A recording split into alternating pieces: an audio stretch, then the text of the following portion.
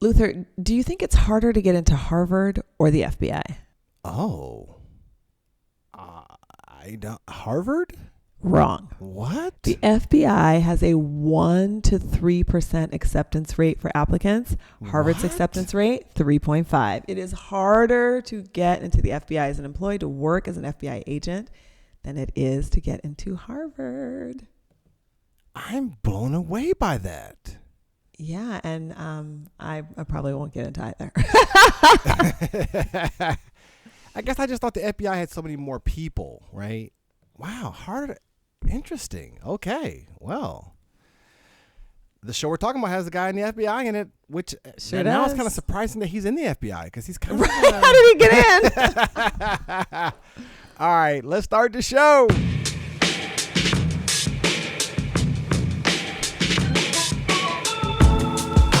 Hey everyone, I'm Luther Palmer, and this is One Episode Stand, the podcast where we have too much fun helping you figure out what to watch and what to ghost. And I'm Jobina Scott. Think of it like one night stands, but for new TV shows. We watch and discuss the premiere of a new show, and we move on to the next. We are here for a good time, but not for a long time. You know, that's one of my favorite sayings of all time. I'm here for a good time, not a long time. Not for a long time. It just sums up the whole, like, there's no doubt. There's no, Right. This is what's happening with this person. Okay. We also dig into some of the bigger questions these shows raise when you're not just watching, but actually paying attention. Jobina, we're going to get into Task here in a second, but tell the people what else you're watching. I'm watching The Last Frontier on Apple TV.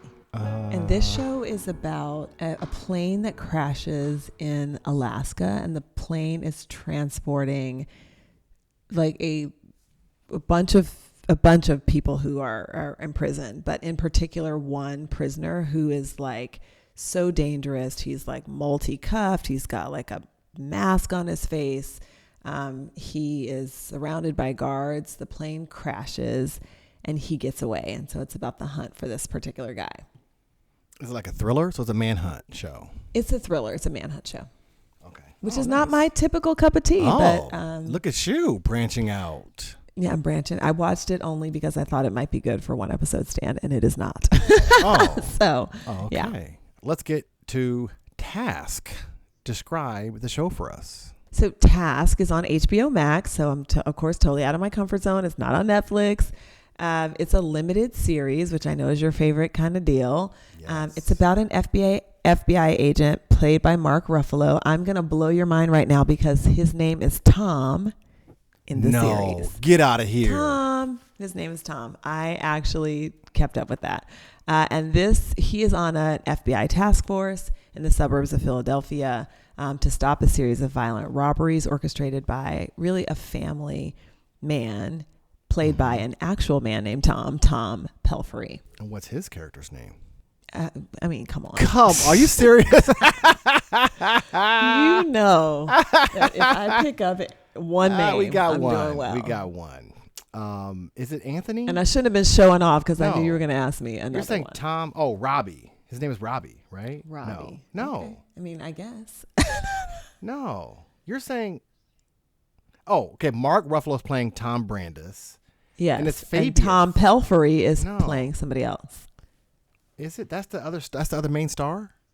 I mean, this is what AI is telling me. Oh, okay. All right. Well, he's playing Robbie Pendergrass. Okay. So we have gotten so distracted with the names. Describe it again. Really, Like we're what? off Give me the plot line again.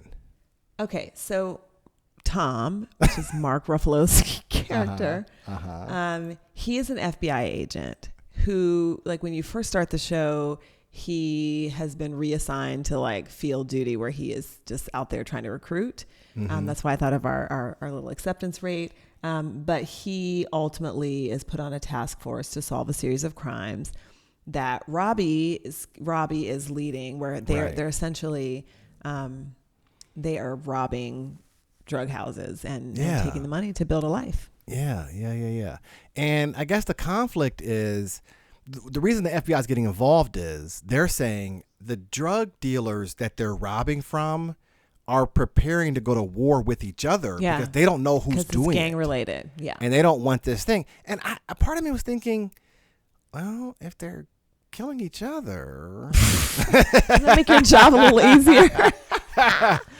They're trying to keep communities safe. Yes, They're trying to keep communities safe. That is true. What did you know about the show before we picked? I think I brought this show to you. You brought right? this one, and I had no idea, nor would I ever have watched this if you had not recommended it. It wouldn't have been recommended to me. I probably wouldn't have been attracted to a trailer. Like I didn't know anything. Yeah, I heard about this show on another podcast that reviews just a lot of shows. So we do one sort of show per podcast episode. They will talk about 6-7 different shows. Oh, wow. Yeah. And then they'll go into like, what happened on episode 2, episode 3, like the shows they like, they will keep following those throughout. Mm-hmm. So. That's an interesting model. Yeah, it's an interesting model. It's not as good as this, but okay. Anyway. Okay. This and that. If this show's a mix between this show and that show, what's your this and that? So do you remember that movie, The Town, about some burglars in Boston? And they were bank robbers. Like it was like a heist movie. But never seen it. They sort of got into the lives of the criminals and their wives and their children and what their kind of day-to-day was. So this was very much that. These people are going to rob these places, but they have day jobs and they have wives and they have kids. And the wives are like, whatever you're doing with Tony, tonight, stay safe. The wives are kind of aware, but not aware. And the police officer has a struggling family and he's trying to deal with things. And the job and the crime, I should say, so the job and the crime are sort of situated as one of many things happening in these people's lives. So I would say mix between town and what? When we first thought about this and that, we thought about TV shows, but I'm going to do 2 movies.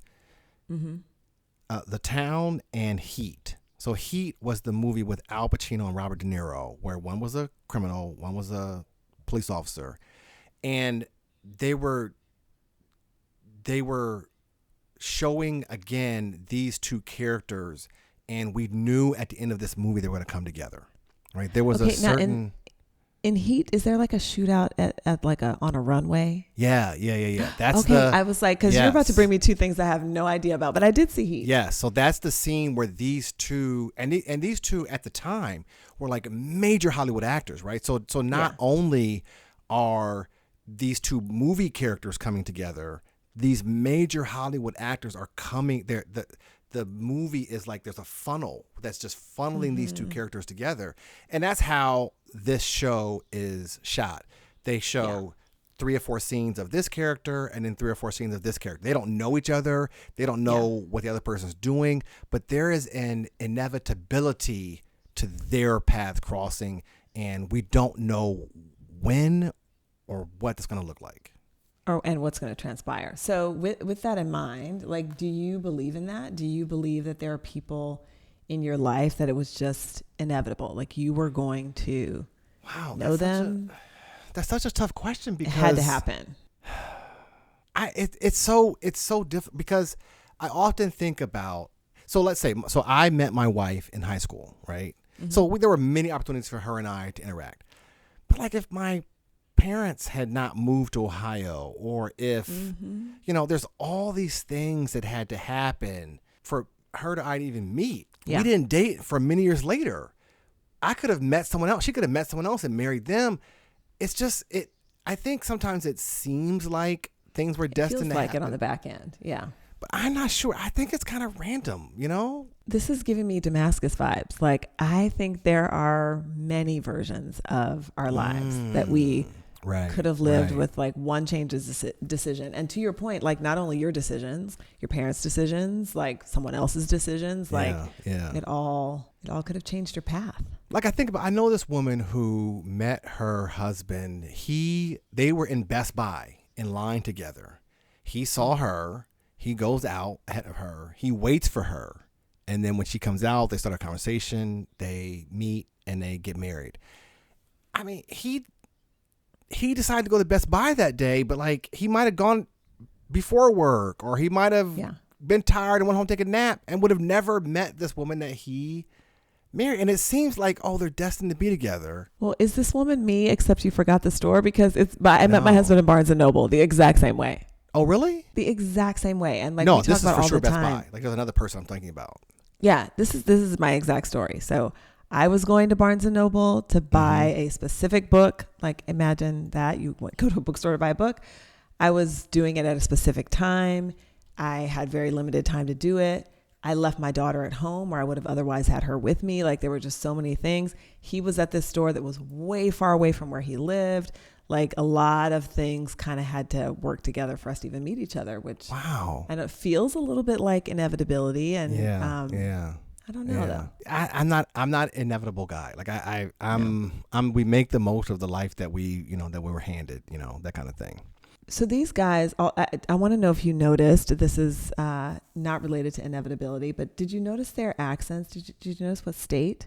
No, I didn't. This was filmed in? No. So they have Pennsylvania accents. So once again, they're they're in Philadelphia. Not quite Pittsburgh, but they're in Philly. And I love the fact that, like, the guy who's Robbie and the sister, they have like legit Pennsylvania accents. Like, Mark Ruffalo's faking it, but right. They have that Pennsylvania twang that I love. That's funny. That is funny. Do you have a Pittsburgh accent? Or is it, no, my parents were vigilant. When I tell you, if we came with some Yins guys or Dan Tan and all that stuff, my parents were like, I'm sorry, what did you say? They were like, you will not. Not in this house. And what's funny is that my parents have Southern accents. They are very Southern people. They are from North Carolina. They had Southern accents. But they were like, you friends?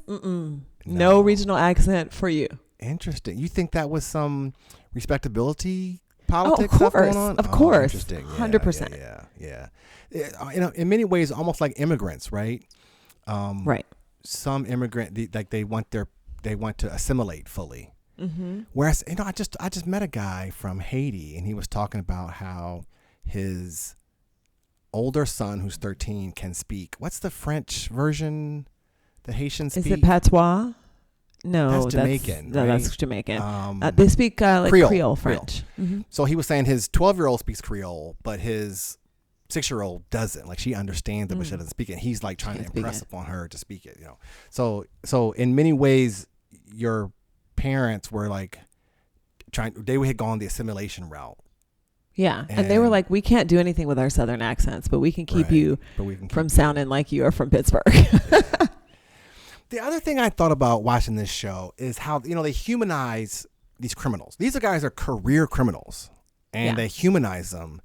And I guess it makes me think, we hear stories about career criminals. You hear about a guy getting sentenced to 15 years in life for jail, and you just think, what is this guy doing?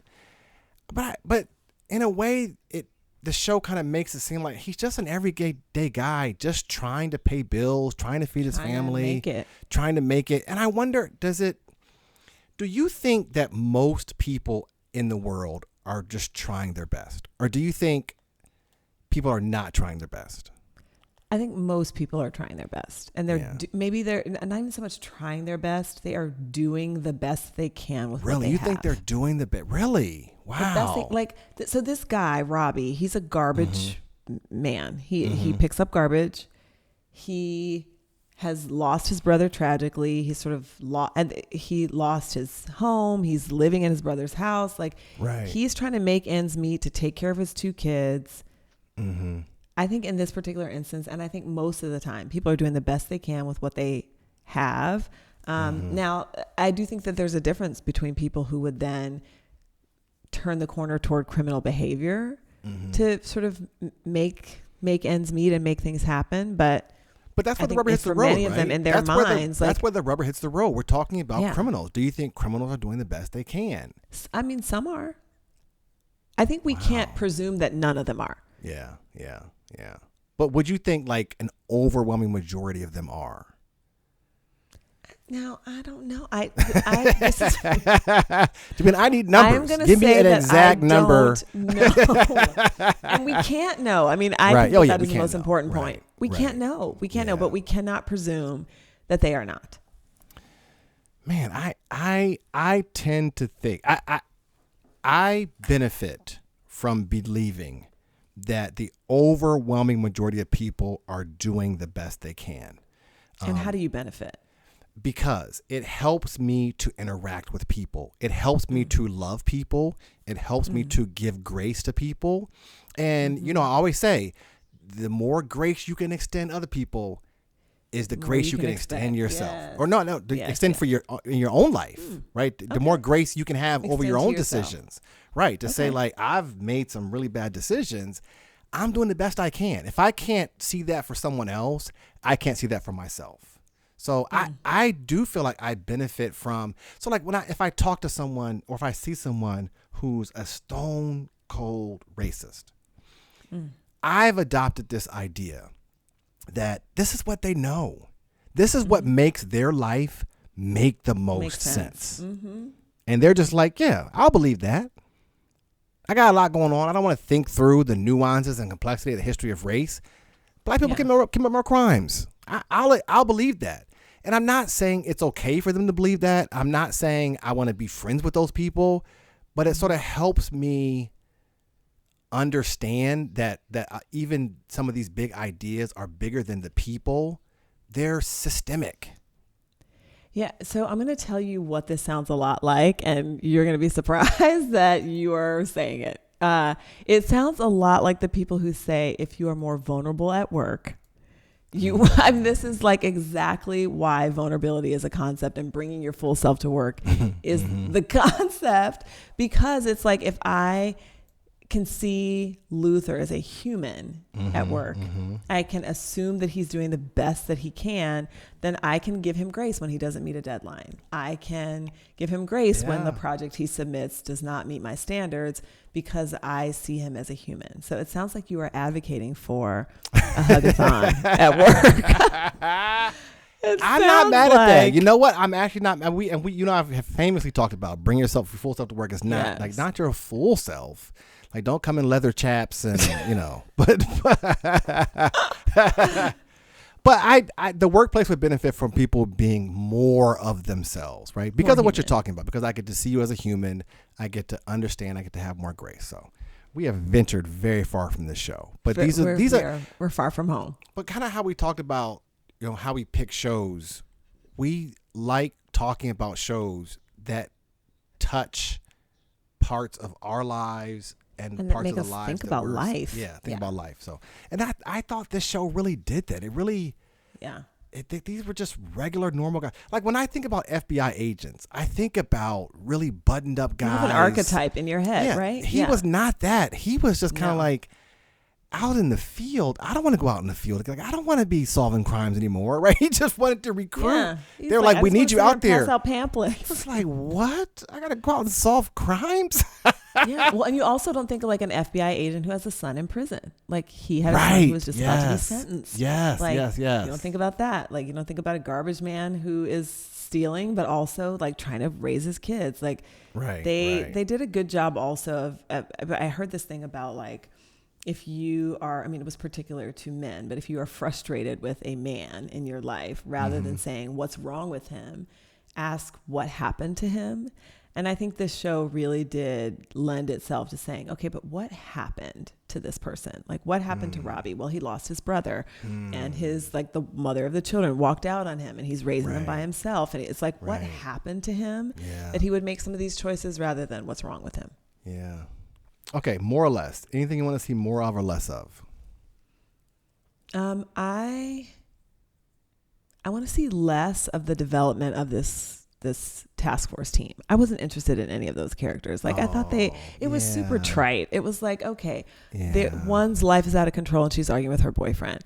They managed to get a black woman in there. They're like, how can we get any people of color in this? Well, we can stick we can stick one on the team. Like, and I wasn't interested in any of those people. Yeah, they tried to give background. They tried to give background on the task force, and it was like, I want less of that and more of this march together of Tom and Robbie. Right. Yeah, I definitely agree with that. Yeah, I'm step in line with you.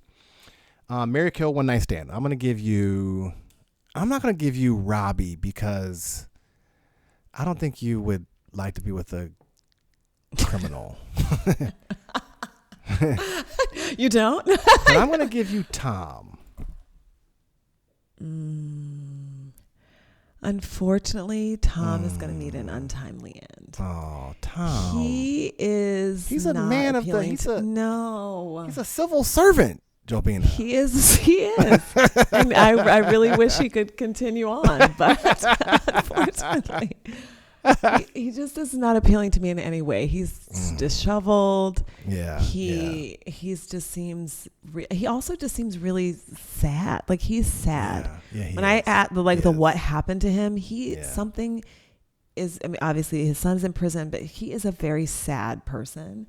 I can't have it. Sorry. Which speaks to his acting, right? This is what they wanted him to be. This is what they wanted him to look like, right? He has immersed himself in his character, and he presents as someone you're gonna have to kill him. and I am not gonna give you Robbie's niece. She's 21. I'm just not gonna put you in that situation, but here's who I am gonna give you.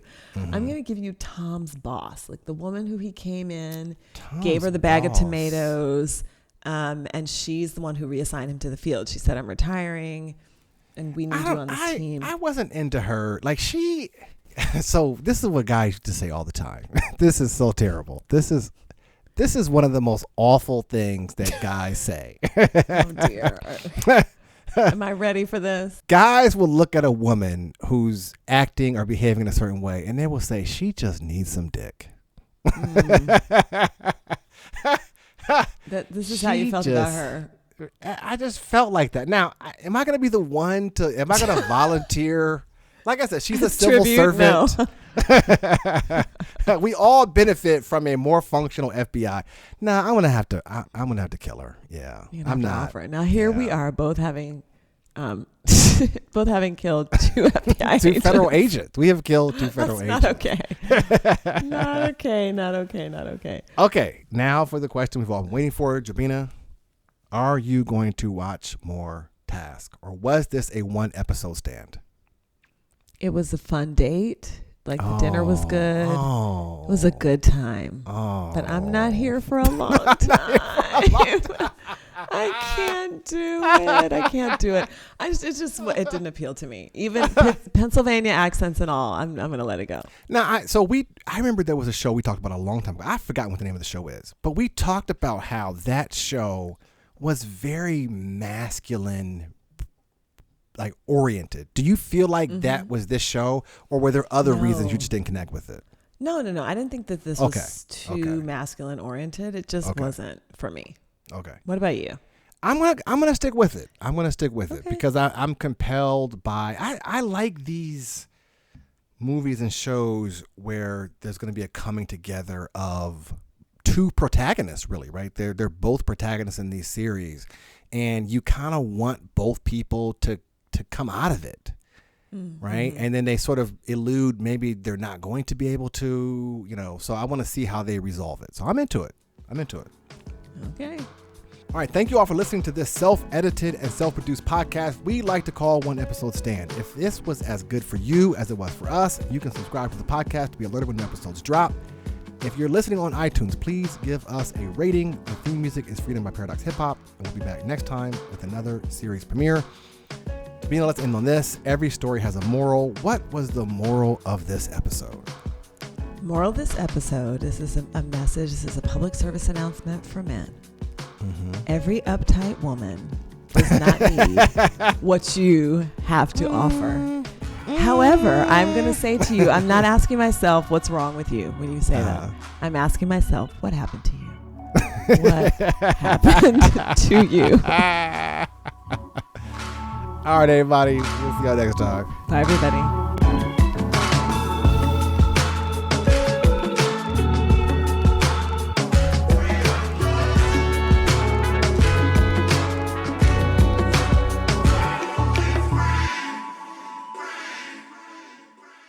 Yins guys or Dan Tan.